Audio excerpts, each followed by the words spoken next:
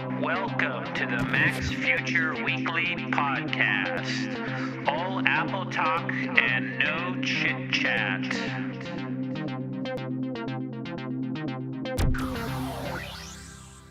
Okay, welcome to the Apple Podcast. This is Lex at the MacsFuture.com website, and today is Friday, August 19th, 2011, and we have crazy news, lots of Apple news, all sorts of Apple-related news. And remember, this is a chit-chat-free podcast, so let's get to it. There's all sorts of interesting things to talk about.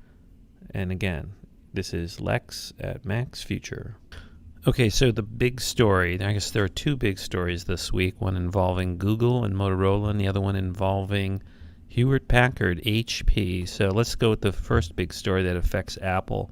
Well, everybody knows Apple's competing with Google and Android, and there was a sort of a bombshell on Monday of this week. I guess, what was that, the 15th of August. And the bombshell was that Google announced on Monday morning that it was acquiring Motorola, a very historic tech company, for $12.5 billion, which is like over a 60% premium over the stock price. So this was huge news. Nobody had predicted this or even considered this happening.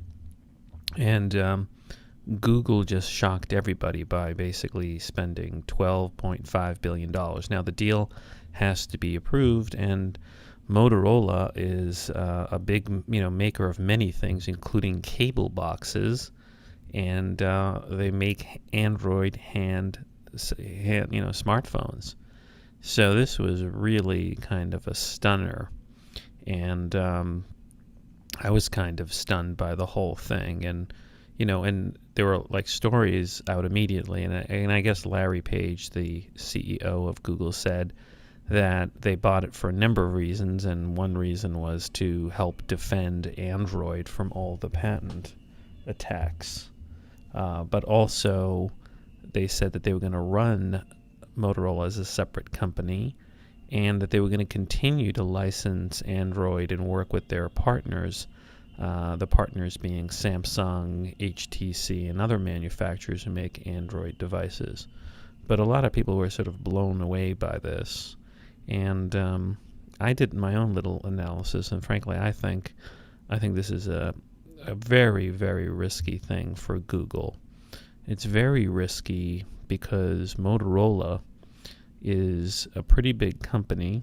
It has 1/3 the revenue of Google, but has none of the profits. It actually lost money last quarter. In contrast, Google is highly profitable. It had annual revenue of $33.33 billion and had a net profit of over $9 billion in I guess the fiscal quarter. So, or actually for the year. But the thing that's really different between the two companies is the operating margin. Google has an operating margin of like 33%, and Motorola Mobile has an operating margin of 1%. Now, what's an operating margin? That's essentially how much profit you make on each additional dollar of revenue. So what would you rather have? A business that sells $1 worth of product and makes 33 cents, or a business that sells $1 worth of product and makes 1 cent or 0 cents? And that's what Motorola Mobile is. So this is going to be quite a challenge for Google, and in some ways this is a win for Apple, and there's been a number of stories about that, and let's discuss it. Now, one of the crazy things is that Google basically announced that in addition to owning Motorola, which is going to make both the hardware and run Google's Android software, Google is going to continue licensing the Android operating system to other manufacturers like Samsung, HTC, LG, which are going to be competitors of Motorola.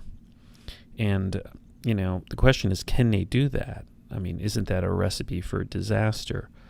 I mean, look at Microsoft. Microsoft is very careful in selling the Windows operating system not to compete directly with the hardware manufacturers who install the Windows operating system on the computers. So how can Google manufacture both the hardware and the operating system and licensing it? And I don't think they can. And what was interesting was that initially there were statements issued by the CEOs of Samsung, HTC, and the other competitors, all saying that they welcome Google helping defend Android. And what Google is trying to claim also is that it bought Motorola for the massive amounts of patents that Motorola has, because Google doesn't have a lot of patents, and it lost out on the bid for the Nortel patents. And so some people are saying that it's buying Motorola really for the patents. But I think they're doing both. I think they're buying it for the patents, and I also think they're acknowledging that Android has been fragmented, and that when you have many different manufacturers making the hardware and you're slapping on the operating system, you might get market penetration and a cheap product that you can sell to a lot of people, but you don't make a great product. Because over and over again, even though Android phones have been selling a lot and have big market share in terms of sales, they don't have big market share in terms of profits. Apple has something like 2/3 of the profits in the smartphone market. And Android devices, while there's many of them and there's a plethora of them, are being sold very cheaply, and they're probably being made cheaply, and probably there's not much profit. Look at Motorola. Motorola is selling Android devices, and yet it barely made a profit last quarter. So anyways, I pointed out that Apple tried to do what Google's trying to do back in the 90s, and it was a disaster. Apple back in the 90s, not under Steve Jobs, remember Steve Jobs was pushed out of Apple in the 1980s. Apple, under new leadership in the 1990s, started allowing other manufacturers to clone the Mac operating system. And one such company that cloned the Mac was Motorola, the very same Motorola. And I have on the blog a picture of this. Motorola made a Star Max 3160 MT computer, which was a Mac clone. But according to Wikipedia, this was a disaster. Wikipedia says by 1995, Apple Macintosh computers accounted for around 7% of the worldwide desktop computer market. Apple executives decided to launch an official clone program in order to expand Macintosh market penetration. Apple's clone program entailed the licensing of the Macintosh ROMs and system software to other manufacturers, each of which agreed to pay a flat fee for licenses and royalty, initially $50 for each clone computer they sold. This generated quick revenues for Apple during a time of financial crisis. From early 1995 through mid-1997, it was possible to buy PowerPC-based clone computers running Mac OS, most notably from Power Computing. Other licensees were Motorola, Radius, APS Technologies, Daystar Digital, Umax, Maxbox, and Totting. However, by 1996, Apple executives were worried that high-end clones were cannibalizing sales of their own high-end computers, where profit margins were the highest. So basically, the problem with licensing your operating system when you're making the hardware and the software and the operating system is that your hardware competitors are going to underprice you, and it's going to be a race to the bottom in terms of price. And we already have that in both the PC market and the Android market. One of the reasons PC manufacturers are struggling is because the Windows operating system, can be licensed from Microsoft by anybody pretty much, And so Microsoft charges for the Windows operating system and charges a decent amount of money, but the hardware manufacturers are all competing against each other on price, and so they can't maintain the price because Hewlett-Packard comes out with one price, Dell comes out with another price, and they'll make the products cheaper and cheaper, and the customers don't realize that, the quality might be better on this product or that product, and they'll go for price. So it's a flight to poor hardware quality and poor integration with the software. So with Android, if Google's goal is to integrate and make a better hardware phone using the phones that Motorola makes and having control of the operating system, well, how are they going to license that to Samsung? First, Samsung is going to be skeptical that Google's not going to screw them over at some point. Samsung might hesitate in investing heavily in Android phones if it felt that Google is going to favor the Motorola phones. So there's going to be distrust, and and I think because of that, I think there's going to be a hesitation for Google's partners to make Android phones. And I think Google at some point is not going to license the operating system anymore. So, I think Google needs to learn from what Apple did in the 90s and basically decide, no, it's going to go alone and just make its own Google phones. Now, there are a number of interesting blog posts regarding the Google acquisition of Motorola. One of the more interesting ones was by the great blog writer or journalist M.G. Siegler of TechCrunch. On Monday the 15th, he had an article called Defending Android, and he starts off by saying, "Bravo, Google, well played." And he makes the point, there's no denying, he says, that Google's maneuver this morning to acquire Motorola for $12.5 billion in cash is remarkable. Then goes on to say, everyone is talking about every possible angle of the deal, as they should. And he goes on to say, as the resident Apple enthusiast around these parts, many of you want to take my take on this. And he says that either this is the smartest thing that Google ever has done, or it's the dumbest. There is no in between. And I think he's right about that. I think there is no in between. He says, first, let's not kid ourselves. This deal is clearly about patents. If Motorola didn't have thousands of patents, there's no way this deal happens. Zero. That's what Siegler says. He says this is a company that lost money last quarter despite revenues of over $3 billion. And they have over 19,000 employees. This nearly doubles Google's workforce. He goes on to say this is a company in the midst of several of their own lawsuits, some of which are by Google adversaries Microsoft and Apple. So basically he says, look, a big part of this is the patents. And, right now, Google would have patent pool of around 2,000. And it would go from 2,000 if they consummate the Motorola deal to 20,000. But I don't think it's just number of patents. It's got to be the quality of the patents.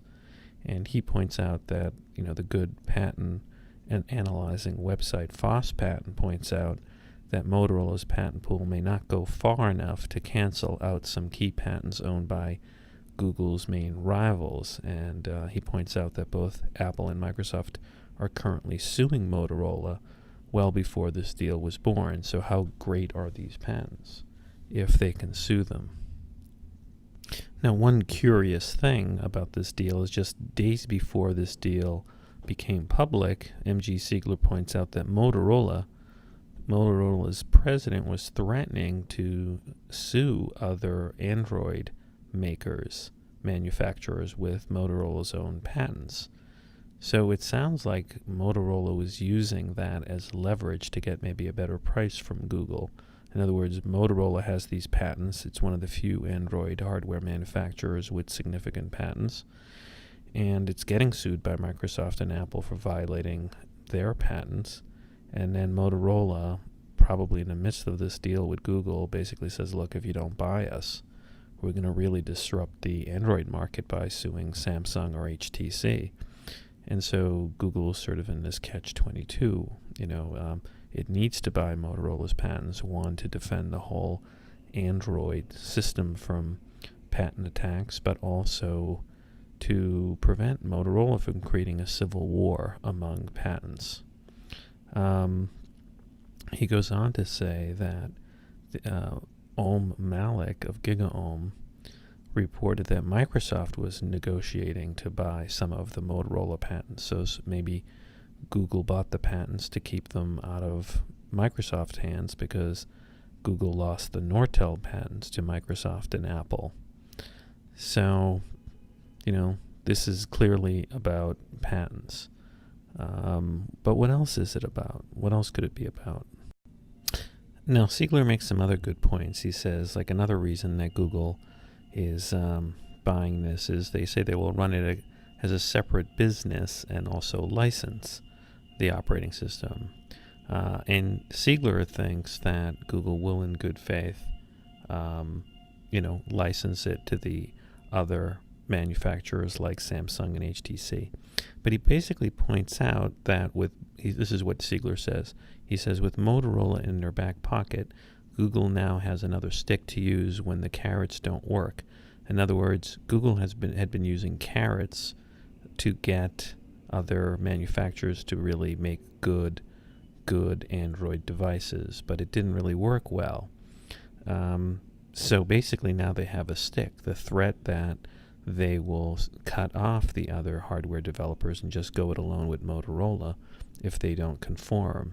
And here's what Siegler says. He says, is an OEM not releasing updates quickly enough? Okay, screw you.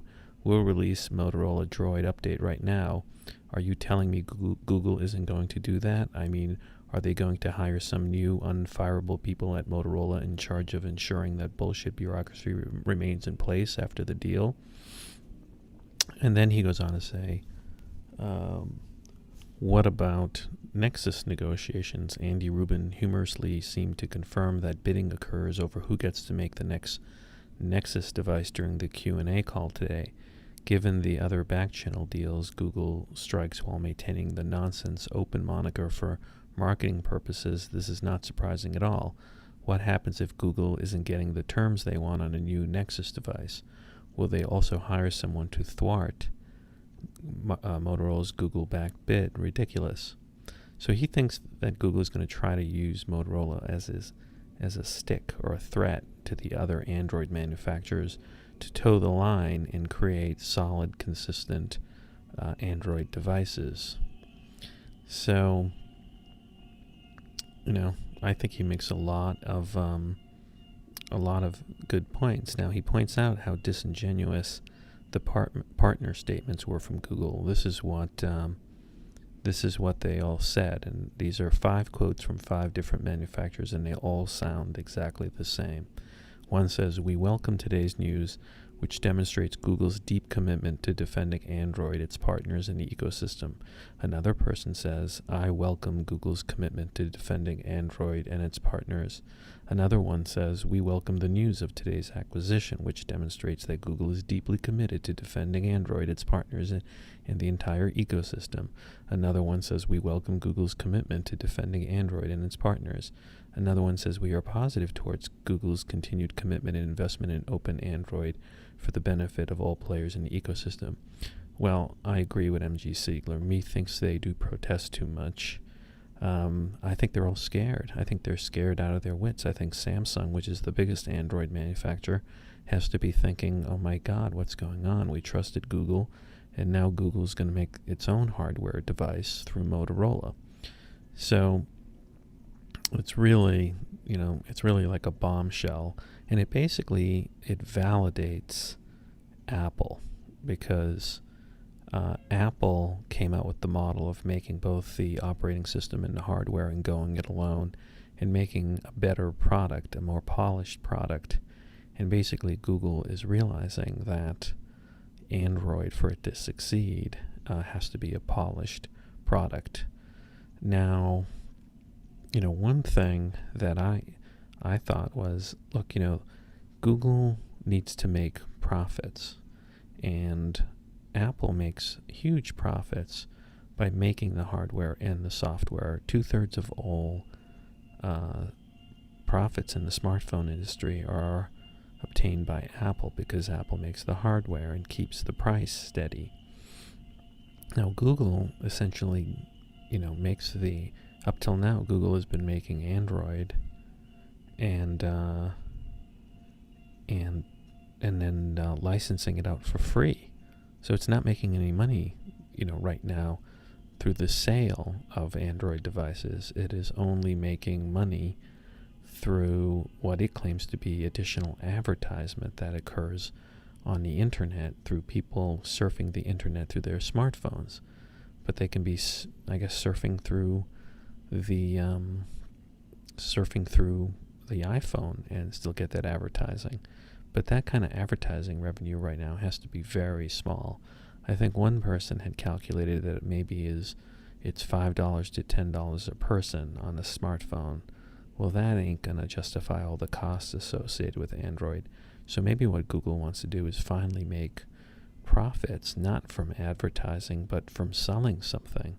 Because right now, 97% of all of Google's profits come from advertising. So maybe Google is going to sell the Android phones at a premium and try to make profit that way. Now, I was listening to This Week in Google with Jeff Jarvis and Tina.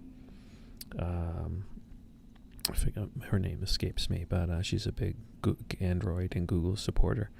And they were thinking, oh, well, what if, Google gave away an Android phone for free? Well, a lot of people just forget, these companies are in it to make profit. They just can't give away stuff for free forever unless they find another way to make profit. And it's going to be expensive for Google to give away an Android device for free. And if they did that, then why have partners making Android devices like Samsung or HTC?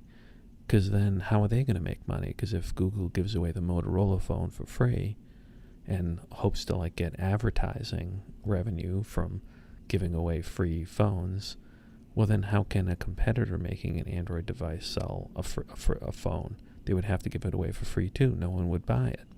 So no, Google's going to have to charge for Motorola Google phones, and this puts pressure on Samsung because Samsung can't charge more for the phone because people will say the Motorola phone is a pure Android phone because it's made by Google. So already Samsung and HTC are at a disadvantage. So I think this is quite kind of a mess for Google and all good for Apple. Now, one of the more entertaining blog posts came from the great John Gruber of Daring Fireball. He actually came to MG Siegler's defense because there's a guy by the name of Dan Lyons. You may know him. He, for years, impersonated himself as the fake Steve Jobs. And he came out with a post called Suck On It, Applesoft. Google pulls a rope-a-dope. And so this Dan Lyons guy basically attacked MG Siegler, and he said, this is what Lyons says. He says, everyone was baffled when Google made those crazy bids for the Nortel patents last month. Remember? They bid things like the distance from the Earth to the Sun, the number pi, and some other wacky numbers from mathematics, which led the Apple fanboy MG Siegler to crow that Google had got, quote, pie in the face, end quote, and was, quote, living in a dream world, end quote, and, quote, look like huge asses in retrospect, end quote. So, I don't know. I particularly don't like Dan Lyons. I don't think he's a particularly good journalist, and he's very obnoxious. And I think Gruber, in his post in Daring Fireballs, titled Simply Balls, said the following: Lyons has always been an ass, but when did he get so bitter? Siegler is one of the top writers on the Apple beat, period. Good sources, smart analysis, and he's been right way more often than he's been wrong. Calling him an, quote, ultra fanboy, end quote, isn't going to convince anyone who's actually keeping score that Siegler is an irrational zealot, but it does make Lyons sound like there is spittle frothing out of his own mouth, more than a little bit of projection, methinks. So, he's right. And what Gruber points out is that, Google certainly tried to go after the Nortel patents. It wasn't a rope-a-dope. They're desperately trying to get them. They're getting attacked left and right on patents. And Google needs to do something to change its strategy. So, it's pretty clear that Google needed to do something for growth. Its stock had been stagnated. All of its revenue comes from advertising. And the Android platform is getting splintered, and it's under attack. It's under attack not just from Microsoft and Apple, but apparently I read on the internet that the Linux community, which is open source, is going after some Android makers, because Android comes out of Linux, and the Linux license basically says that if you modify it and use it, you can for free, but if you modify it, you have to make the modification open source. And apparently some of the people who contributed to the original Linux, source code are upset with some manufacturers because they're modifying Android, but they're not making it open source. And the license basically says if you don't make it open source, then you lose the license. So some Android developers or Android manufacturers are being threatened from lawsuits from Linux developers. So, Android's just a big mess in terms of licensing and patents, and I think Google's just trying to protect Android with this acquisition and also make a unified product. Okay, so let's go to bombshell number 2. And bombshell number 2 came down yesterday on August 18th after the markets closed on the Thursday the 13th, the same week that Google buys Motorola or seals a deal to buy Motorola, another bombshell. And this bombshell came from Hewlett-Packard. And Hewlett-Packard, in its quarterly announcement of its results, basically dropped the bombshell. It said that it was going to get out of the PC business. It's getting out of it completely. And it's also going to end its WebOS mobile phone business. And this is huge. And instead, Hewlett-Packard announced that it's going to buy a company called Autonomy, which develops search software and also business enterprise software, and they're buying it for a 64% premium. But the big news is that the CEO of HP, Leo Apotheker, who took the helm of Hewlett-Packard last November, he is getting out of both the PC market and the WebOS market. Now, the WebOS market is the touchpad tablet. Hewlett-Packard bought Palm last year and said that it was going to further WebOS and build touchpad tablets. And they released a touchpad tablet, and in recent weeks and days, there have been reports that Hewlett-Packard has dropped the price of the touchpad, and also reports that Best Buy wants to return hundreds of thousands of touchpads. Well, HP pulled the plug and said it's ending its WebOS program and touchpad program. It's getting out of that business, and it's also getting out of the PC business. And what's truly shocking is that currently in the PC business, we're talking laptops and personal desktop computers, Hewlett-Packard is number one. It has the biggest market share. I think it's 26%, bigger than Dell.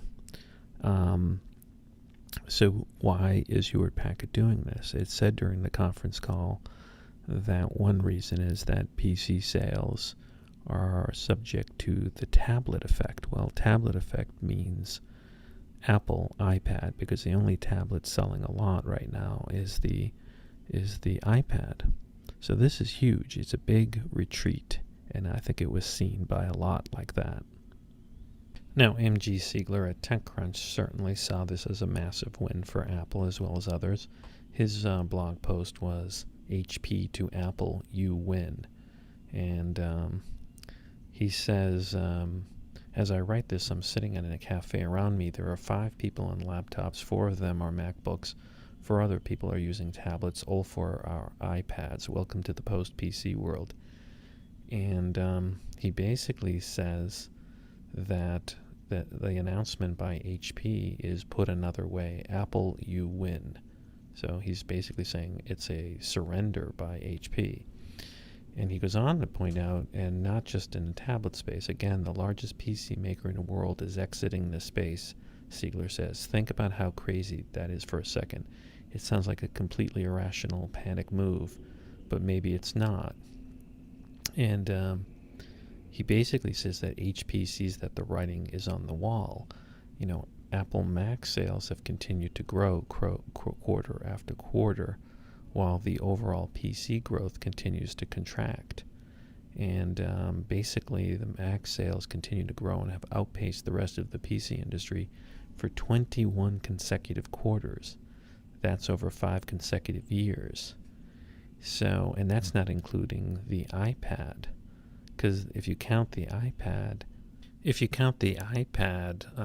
Apple's selling more computers than anybody, and Apple's the leader in selling computers. Now, a really good analysis can be found on the HP selling of the PC business and the WebOS touchpad business by a website called Asymco, ASYMCO.com, which is really, it's a blog by a guy named Horace Dedu, who used to work at Nokia. And he basically says that what's going on, he titles his post, HP's decade-long departure. And he says HP's sudden departure from a business model that has sustained the company since inception is symptomatic of the passing of an era. Yesterday, HP announced that it would exit the PC and tablet computer business, focusing on higher margin, quote, strategic priorities of cloud solutions and software with an emphasis on enterprise, commercial, and government markets, end quote.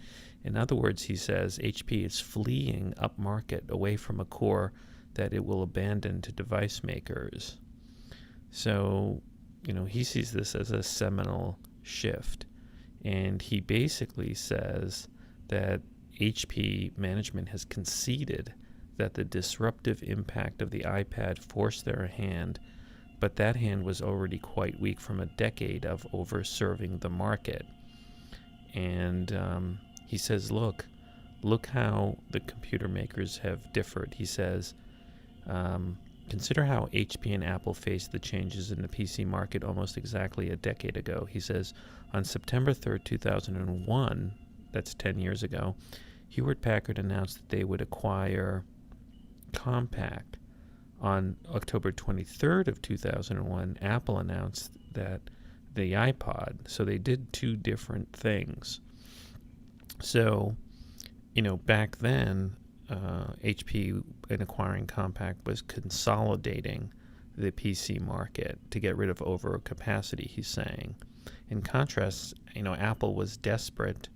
Apple was struggling, he says, with a declining Mac business and had just rebooted its business with OS X, but it seemed a quixotic defect. And he says that Apple moving to music players 10 years ago seemed desperate and late. Margins were low, commodity vendors were lining up, record labels offered resistance. They did not have any IP or any DRM. This is what Asymco says. So his point is that Apple took a major strategic road differently 10 years ago. And HP and Dell decided to dabble in devices, but they didn't take it seriously. He points out that HP, you know, had PDAs and phones, but they never received management attention. And so basically, he says that the results of HP were mediocre experiences while Apple was iterating rapidly into new directions. And so he says by the time the future was self-evident, it was too late to build foundations. And he says HP did the right thing to acquire Palm, but they did it far too late. and by 2010 the game was over. So he basically says, look, companies have to be nimble and make massive strategic changes and to go into new directions. And that's why HP, although having the largest segment of the PC market share, is getting out of PCs. Pretty dramatic. So this is probably one of the most dramatic weeks for Apple. You have Google essentially conceding that its pure open operating system of Android isn't going to cut it, and buying a device manufacturer.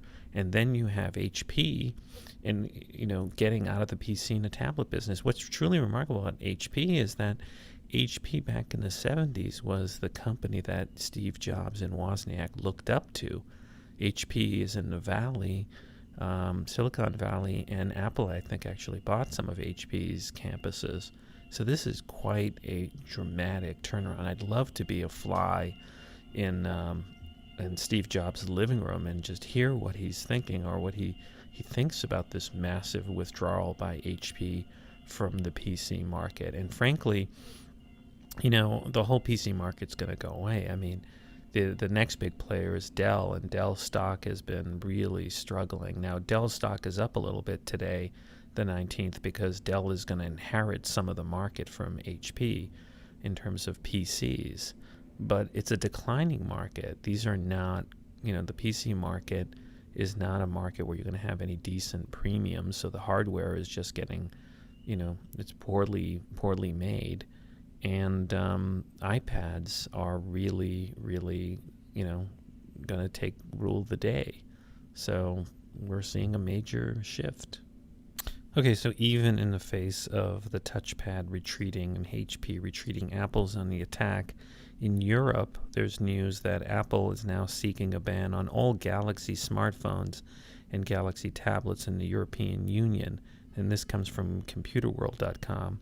So, as you may have heard, Apple has scored some preliminary injunction victories in, I guess, Germany, and that was sort of undone a little bit by limiting the injunction to Germany for Galaxy Tab. But now there comes word that Apple has filed a more comprehensive complaint in the Hague District Court than previously thought, and it's broader in legal scope, and the injunction could have a huge impact on the entire European market for the smartphones and tablets, according to someone at a place called Canalys. And basically, the complaint seeks an injunction for the entire Galaxy series. This includes smartphones, the Galaxy Ace, Galaxy S, and Galaxy S2, and tablets, and other Galaxy devices. So Apple's basically seeing a ban on those devices, basically saying it's violating, its intellectual property. So this has got to be a bad week for Samsung, because Samsung is the major Android player. Apple's really major competition in the smartphone market, and maybe even in the tablet market. And, Samsung sees Google sort of screw it by buying Motorola, and now it faces the possibility of a major injunction in Europe that would prevent Samsung from selling these devices there. So the hearing is going to be, or there's going to be a ruling at The Hague by September 15th, which could take effect by October 13th. So these litigation battles between Apple and Samsung are pretty epic. Another story hits more closely to home, and that comes from Reuters on August 18th, which says that Apple is moving against knockoffs in New York. And apparently there are some stores in Queens, New York, in Chinatown in Queens, New York, that are accused of selling off knockoff Apple gear emblazoned with the company's distinctive logo. And I guess Apple filed suit in Brooklyn federal court, according to Reuters. And the records reveal that Apple has seized unauthorized iPod, iPhone, and iPad accessories sold by two stores in Flushing, New York, which is a section of Queens. And Apple is demanding the names of its customers and suppliers. It's also asking one of the defendants, an outfit called Apple Story, to change its name to keep consumers from confusing the unauthorized gear with Apple-sanctioned products. So this trademark infringement suit was filed on July 25th against an outfit called Apple Story and Fun Zone Inc., both owned by someone named Jamie Po Chang, who's named as a co-defendant, along with the manager of Fun Zone named Jimmy Kwok. And the case apparently remained under seal, and then the judge ordered the record to be made public following a request from Reuters. So it's a trademark infringement suit. So this is pretty serious, but Apple, Apple products are highly prized, and so there are going to be people who are going to try to copy it, rip it off. So at a small level, you have these stores in Queens, but at a larger level, Apple's claiming that Samsung is essentially copying the look and feel of the iPhone and the iPad. So while these two cases are very different, one's against some small outfit in Queens, and the other one's against a major conglomerate like Samsung, they have a lot of similarities. So the case is called Apple Inc. v. Apple Story Inc. et al., the United States District Court for the Eastern District of New York, number 11-3550. Very interesting. Okay, so this was also a good week for Apple in terms of getting patents, according to the great website Patently Apple. Apple this week won key patents for multi-touch displays and the MagSafe for future iPad and more. So basically, the MagSafe is that great, power cord charger for the Macintoshes, which is a magnet on one end.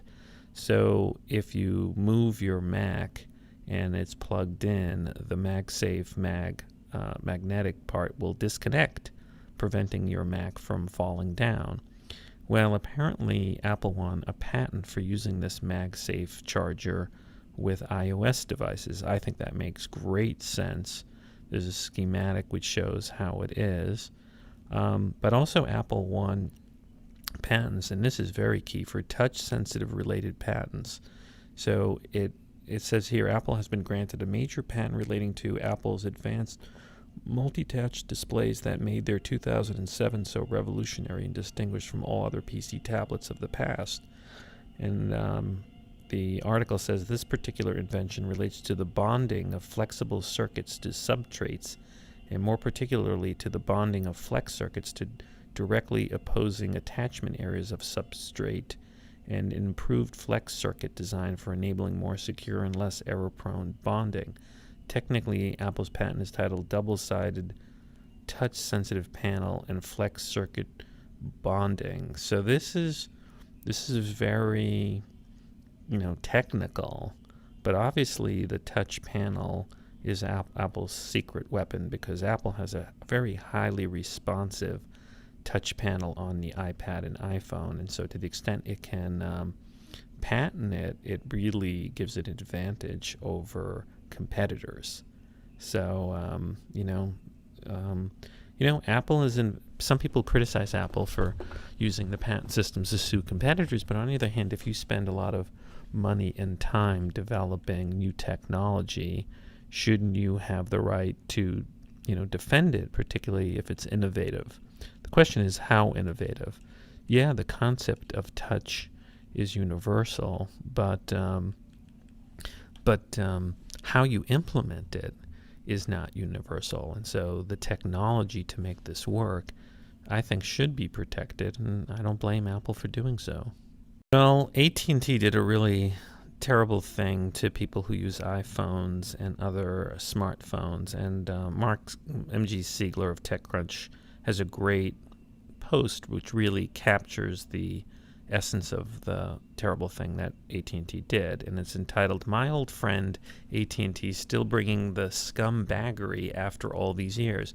Now, M.G. Siegler points out that he stopped using the iPhone on AT&T back in January. He's very happy to have switched to Verizon, but he points out that one of the things that he can't stand is this text messaging scam that a lot of the phone companies do, which I'll tell you right flat out, I don't have a text message plan. I'm still on AT&T, and I've directed AT&T every time I get an iPhone. I call AT&T and I say, I want you to disable my ability to text from the phone. And what I'm doing is I'm disabling the ability for the iPhone to text through AT&T's text plan, because what's really crazy is, even though this is all digital in bits, and even though I pay $30 a month on top of the phone service for unlimited internet data, AT&T and other phone companies treat texting as other data. And even though it's very small data, AT&T charges a lot for it. So, for example, if you want unlimited texting, you have to pay $20 a month on top of your $30 a month for unlimited data, on top of your, let's say, $50 a month for phone service. So $100 basically for unlimited data, unlimited texting, and phone calls, which is crazy. And AT&T had a cheaper $10 a month option, which gave users 1,000 text messages. But AT&T is getting rid of that. So your choices now are either to get a $20 a month unlimited option for texting, or pay 20 cents for each SMS message, or 30 cents for each MMS message. And that's for if you receive them. And it's just a complete ripoff. What Siegler points out is that this is coming at a time when there are suddenly being a lot of viable alternatives to doing this texting. Like there are startups like GroupMe, which allows users to bypass SMS, according to Siegler, and use data to send short messages that they're gaining popularity. And Google and Facebook have introduced their own solutions by bypassing SMS. And of course, iOS 5 is going to turn the standard messaging app into a free messaging service automatically when you message somebody else with an iOS 5 device. And so AT&T is basically trying to extract more money from the people who don't realize that they have these alternatives. And it's really a sleazy move. And frankly, I think a senator, I think you should write your senator, your congressman, and say this is outrageous. That this is, I think it's a form of consumer abuse by AT&T and the other phone companies. There's no reason why text messaging shouldn't come as part of your data plan. It should be, it is data. A text message takes up hardly any data. There's no reason to charge more for it. And it's really a lousy move by AT&T. So, I don't know. I think Siegler really captures the point. And you should really not pay for any text messaging service. You should get one of these apps, like the Facebook app or the Google app, or in iOS 5, if you text to other people who've got iPhones running iOS 5, the texting will be free because you'll go through iMessage's Apple service and you won't pay any fees. Okay, so one of the coolest devices I've seen on the web, I saw on cultofmac.com's website, a story by Killian Bell, and apparently there's a new gadget made by the battery company Energizer, and apparently Energizer has made a plug, a wall socket plug called the iSurge Travel charging station, and it's an all-in-one charger for all your Apple gadgets, and I think it only costs $60, and it's going to start selling in October. And this to me looks like a great device because it's got like three prong sockets, so 3 standard surge protected power outlets. You also have a 3 30-pin dock connector in the top for mounting your iPhone or iPod Touch. Plus you have 2 USB ports with 2.1 amp out for speedy charging for your iPad. And so this is great. So, and you can also, it rotates 180 degrees and has a built-in night light. To me, this is like the ultimate gadget. And Energizer is a famous company. It makes the batteries. I think this is genius. I think these are going to sell like hotcakes. I know I want to get it. It's called this charging station. And it could be a great solution for your home, your office, or your apartment. Very cool. Now, one of the great markets for Apple is China, of course. They love Apple products in China and the iPhone. And then word comes from MacRumors that the biggest phone company in China, China Mobile, has struck a deal to bring the iPhone to the world's largest mobile phone carrier. And according to a report from Reuters, the chairman of China Mobile, Wang Yangzhu, has confirmed that those talks have included CEO Steve Jobs. So it's good to hear that Steve Jobs is well enough to, negotiate with the top Chinese mobile carrier. The quote from him is, quote, "The world's largest mobile operator by subscribers said it has met with Apple's executive Steve Jobs several times on introducing an iPhone based on its homegrown TD-SCDMA network standard.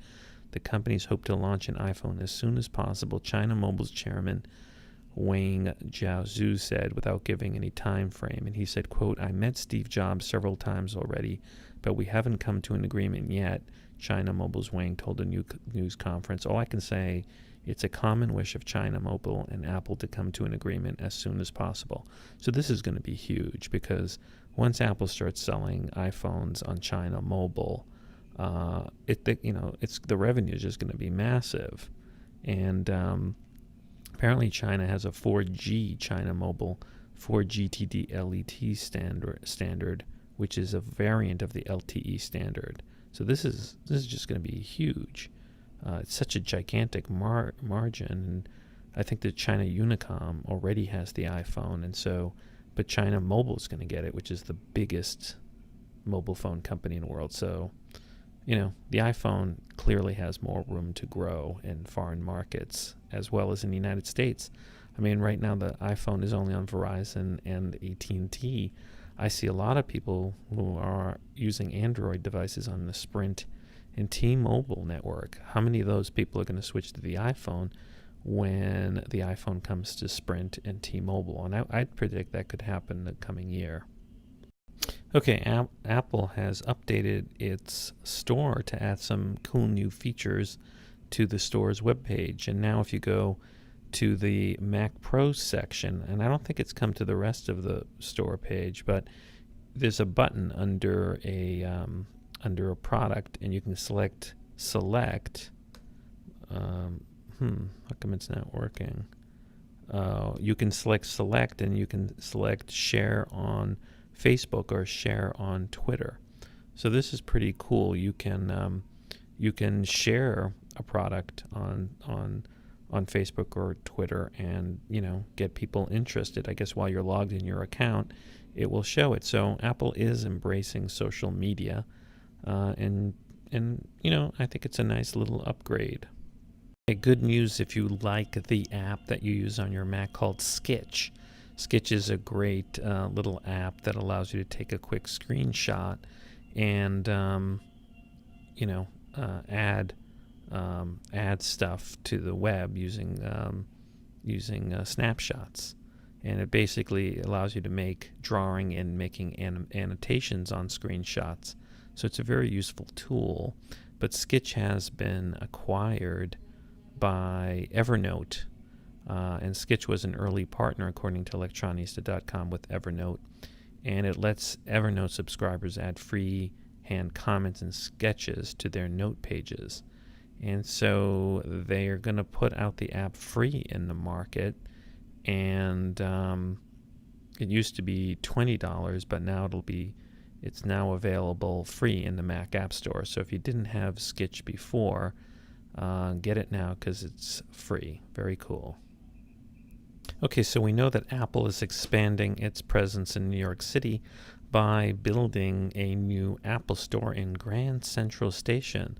But here's some other news. Apple is expanding its presence in New York City by expanding its iAd group in New York City. iAd is the advertising group, and according to Business Insider via Mac and N.com, Apple is obtaining another 40,000 square feet in a 1906 Flatiron building on Fifth Avenue in Union Square, which will be in addition to 10,000 square feet that Apple has in that building. So Apple's iAd business must be doing well, and according to the story, plans call for the new office to resemble the look of the retail stores with an emphasis on white colors, sleek elevators, and LED lighting. So this is pretty good news in terms of Apple's iAd business. The fact that Apple is seeking, to quadruple the space, make it altogether 5 times bigger than it is now, means that the iAd business must be doing well. In other words, Apple is selling ads for the iOS devices. So that's another area of possible revenue for Apple. Okay, so one of the more interesting stories, I guess, that came out this week was a blog post by, I guess, a tech security guy who lives in England. And this blog post actually got me interested in an app that I think will work well with my MacBook Air. And let me give you a little bit of a backstory. So this guy named Greg Martin, he lives in London. And, I'm on his website here, which is infosec20.blogspot.com. And apparently Greg Martin, during the riots in London, his apartment was broken into and someone stole his MacBook Pro. And but the thing is, he had been using this free open source software and service called Prey. That's Prey. Now, I've never heard of it, but this story got a lot of circulation on the internet. People were reblogging it. And basically, he was away on a business trip in Luxembourg. But the way Prey works is it's a free account, and you go in and install the software on your computer, and if it's stolen, you then go onto a website and say, Prey, help find it. And after a while, you start getting reports. And so he got reports. And not only that, but you can take pictures remotely, and you can do screen captures every 5 minutes. And you can crank up the frequency of the reports. So this guy, he cranked out the frequency of the reports to every 5 minutes to get a screen capture of the person who stole it using Gmail or Facebook. And he was able, after 2 hours, he says, of watching him surf religious revelation videos, shopping for Mercedes A-Class on Auto Trader, he finally popped into Facebook. This was a treasure trove of information. At this point, I had the following: his name, his school, his address, his IP address, his ISP, his wireless AP, his Facebook page, and he had pictures of the guy. And on his blog, he shows pictures of the guy and I guess where he was located.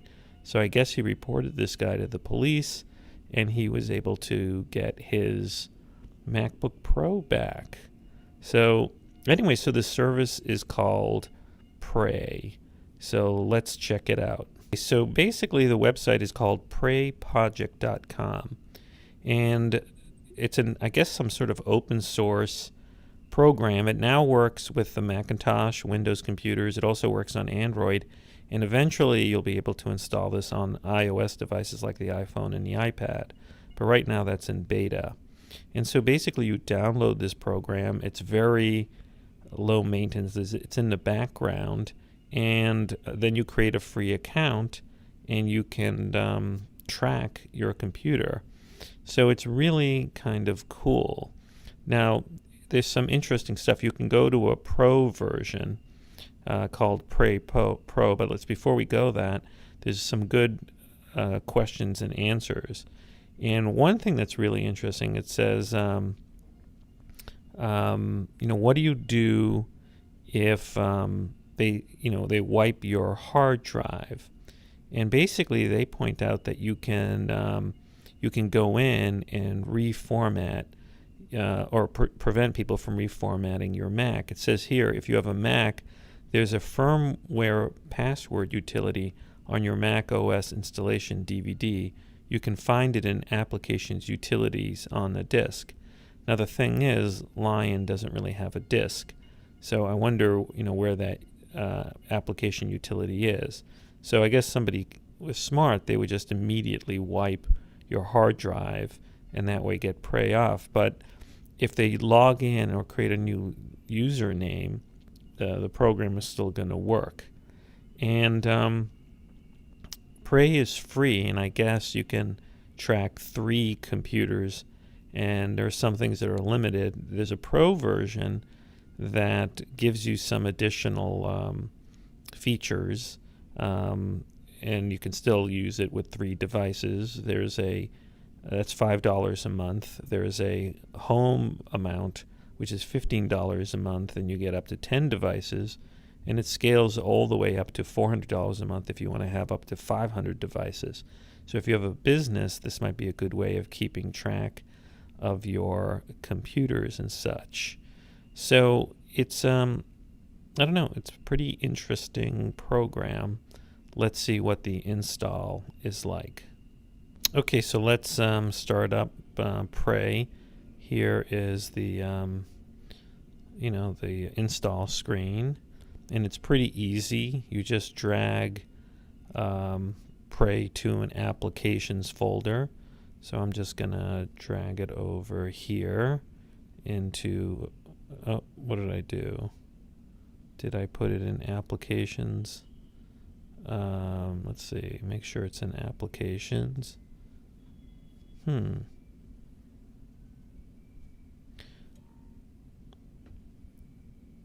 There we go. All right, so I have Prey in application. So here's the Prey installer. Open, and it says please choose the reporting method for Prey. So you have 2 choices: Prey and Control Panel recommended. It says this is the easy and powerful way you manage and monitor this device on the web at preyproject.com, where you can watch new reports arrive and trigger different actions. Or Prey standalone. This is for advanced users. Reports fly directly to your inbox, but you need to activate Prey by deleting a URL and set up your mail server settings as well.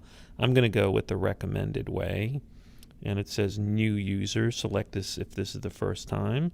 So I'm a new user. So I'll put in my contact info there, and then I'll have it activated. So let's go forward.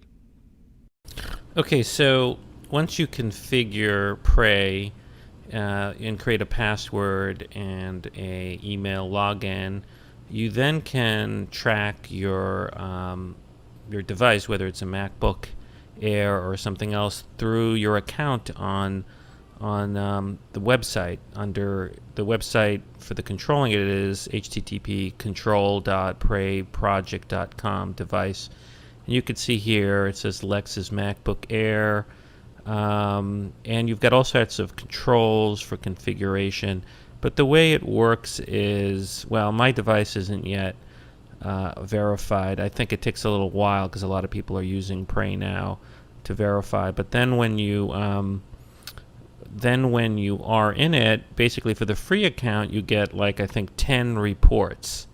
So if something happened, if this device, my MacBook Air, was stolen, I would ask for a report telling me where it is, and then I could take pictures and all of that. So, I'm going to play around with Prey, but it looks like a helpful device for protecting your device, a helpful app for protecting your Mac or other computer, or soon to be iPhone, because they're going to have an iPhone app.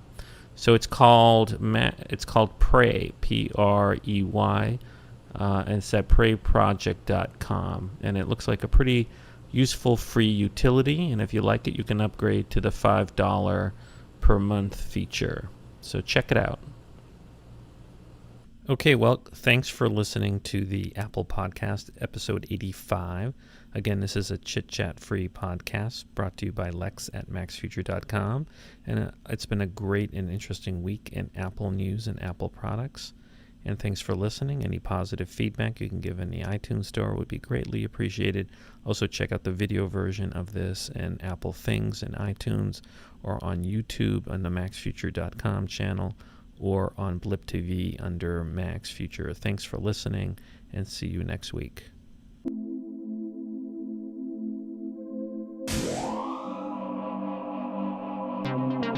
This has been a MacsFuture production.